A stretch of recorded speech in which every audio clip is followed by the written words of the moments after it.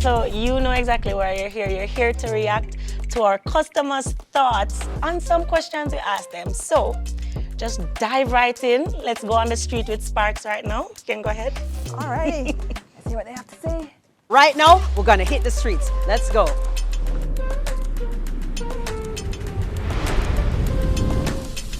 How do you prepare for a hurricane? Well, all right. We don't wait for the hurricane to come. Right. To prepare. As soon as the alarm, we put ourselves in place.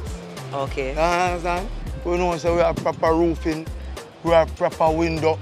You understand? We get everything involved. Food, everything put up. Normally I have to prepare because you know that most time hurricane the water get dirty or it's short.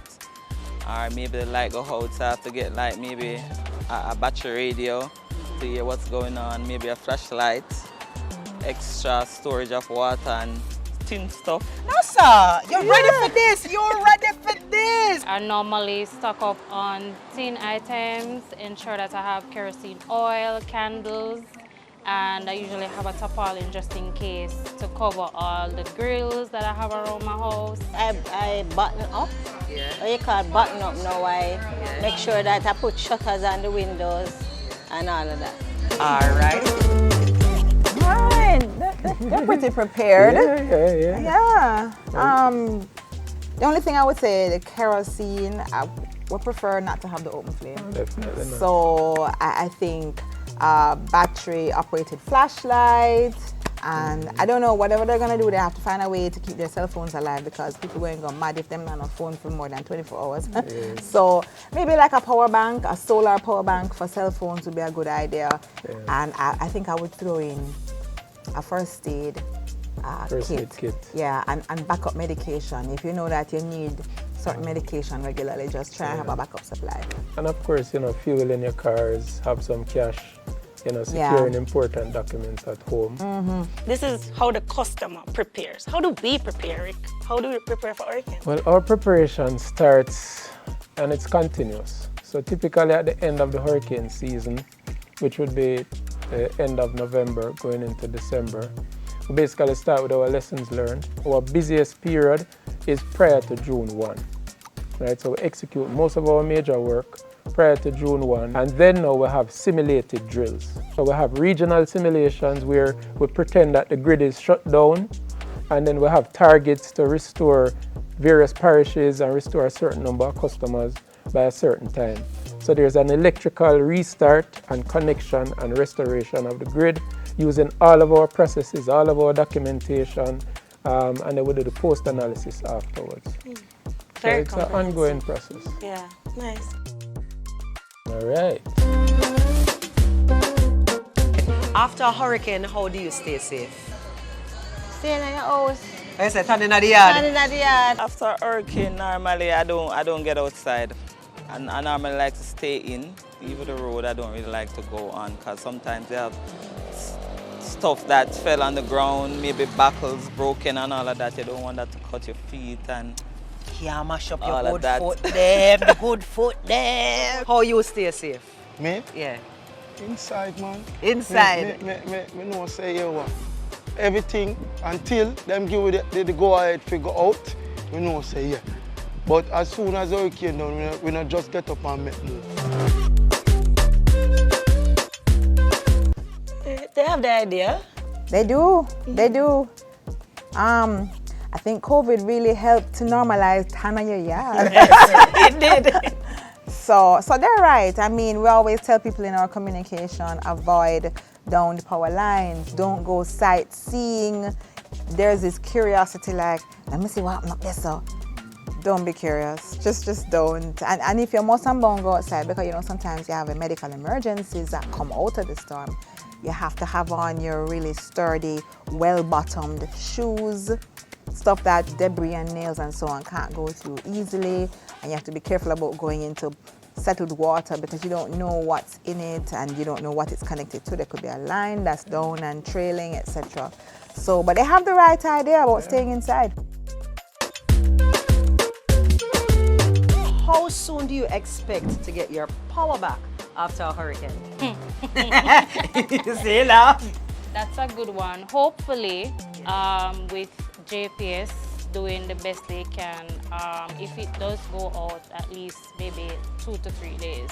Maybe a day. A day? Yeah, at least a day, because we have to be real. Sometimes things break down the JPS wires and all of that, and they are human too. Okay. They have to come together to get it started out, and maybe take a while, depends where you're living and all of that. So maybe a day. Maybe probably about 2 weeks. 2 weeks? Yeah. You know, so easy, you know. You know, so easy. So we not go really blame. We Jamaicans, you know, we always blame our government on this and on that. And we have to understand, you know. Now if we know in the field and we don't know the trade and we know the hardship we have to take up for them little things to get in place. But you understand, for instance, all in a foreign, you know, say when power cut, it takes months and months for things get in place. So you see, if we just analyze and be smart and adapt, not for we know, Jamaicans know, we're not smart, we just get up our talk. Yeah, run off about. We just chat off our mouth. Yeah. We not think before we say. And that I get the best of it. So yes, it will take for a while, honestly. Every hurricane we get, it take quite a couple of days well before we get to look light. So you always want them take them So time you have and to take get it your right. time, you know, make no sense you hurry and do foolish. No, sir. You have to go up on a JPS billboard. JPS! You're not going to need for them on a billboard. Print ad. You're not going to need for one commercial. Oh my goodness. Walk us through it. So Don't do foolishness. we see varying expectations, right? So persons go from 1 day, 2 days, right? And Possible months. weeks, you know, and then, but you know, we don't know how the storm or the intensity of the storm. So the restoration of the system is really a product of the impact that we have on how bad it has hit us, right? What I like about what Shane said, you know what I mean? Maybe we should probably put him on a billboard. Right, as Like Parky she said, said. you know? But the thing is that people assume that it is easy work and it's like what we say in Jamaica, 1-2. Let me tell you why. I'm sorry. You know, I'm going to do this terrible Jamaican thing where them say, I don't cut you, and then them cut you. But I honestly think it's because in their experience of electricity, you turn it on or you turn it off. The end. And the people are like, why you turn off the light? So it's a flick of a switch. Yeah. And so the whole mechanism that's involved is not something that is even, it's not top of mind, it's not anywhere in the mind, it's not in the consciousness at all, but it's not a flick of a switch, so I will uncut you. No, but you know, you created a perspective I never thought about before. That people are just accustomed to flicking a switch, and that is how simple getting electricity is. But it's a very complex process to deliver electricity. So many things are involved. And if you think about, for example, you have poles down, you know, just the safety component. We have to make an area safe before we can start working. But when you think about the dangers in just doing the work and the dangers with the work, safety is a big component, and JPS takes safety very seriously, especially when it comes to this type of thing.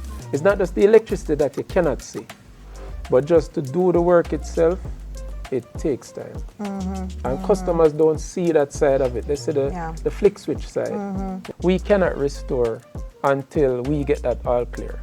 So our machinery starts, yes, we're riding through the storm, but we are waiting on that all clear from ADPEM to say, yes, it's safe for you to go out. And then our first response is to do what we call an initial assessment. And the initial assessment is really just doing a general reconnaissance of the area, where it's flooded, land slippages. So this basically informs our next phase, which is now a detailed damage assessment, which is now the pole-by-pole inspection. And typically that takes place between 12 and 48 hours after the storm. So if you imagine a situation where the country is down, typically, even though we have parallel activities, you can be without power just for 2 days, which is just an assessment phase. And then we use these detailed damage assessments now to plan the work. So Waterloo may get back power because it's needed to get power to maybe St. Andrews Hospital, but Devon Road maybe 3 days pass and Devon Road doesn't get back power. So what do you think happened to the people on Devon Road? Let's say the people on Waterloo, and then that puts a different pressure on the restoration, you know, but yeah, that's just how it is. So that's where your work comes in, Audrey. How do they hear from us in a hurricane? Well, you know, we use a lot of the same methodologies. So yes, we understand that power may be down, but we know that some people will have information, and we know that the media houses also have information. So we try and keep the media houses informed, but we also try to use all the other channels, the social media. We try to text people as well. We know that maybe after a time tea, your phone might be down or so, but we continue to use the channels for as long as they are available. And we know that people spread information between each other as well. I think WhatsApp is the new town crier. Yeah. I do believe. So we try our best to use all of the channels because we recognize that you're gonna have to use multiple channels to get to people who get their news, they get their information in different ways. And we also try to explain even what Ricky was saying. You can be on this street and the very next street doesn't have power. That has been a source of contention actually in times past. And you try to explain to people that you're not necessarily on the same system. You know, somebody said, boy, the top of the road, it's even on the very road I'm living on. But it's really all about how everything is structured, and it's really being done to bring the greatest good to the greatest number first. And you may or may not fall in that group, you know, but we do want everybody to, at the end of the day, get their power back safely. Thank you guys so much for being in the hot seat. This wasn't too bad, was it? It was lovely. No, I had fun. It was great. We just don't want a storm to come. Yeah, That's no hurricanes for 2023.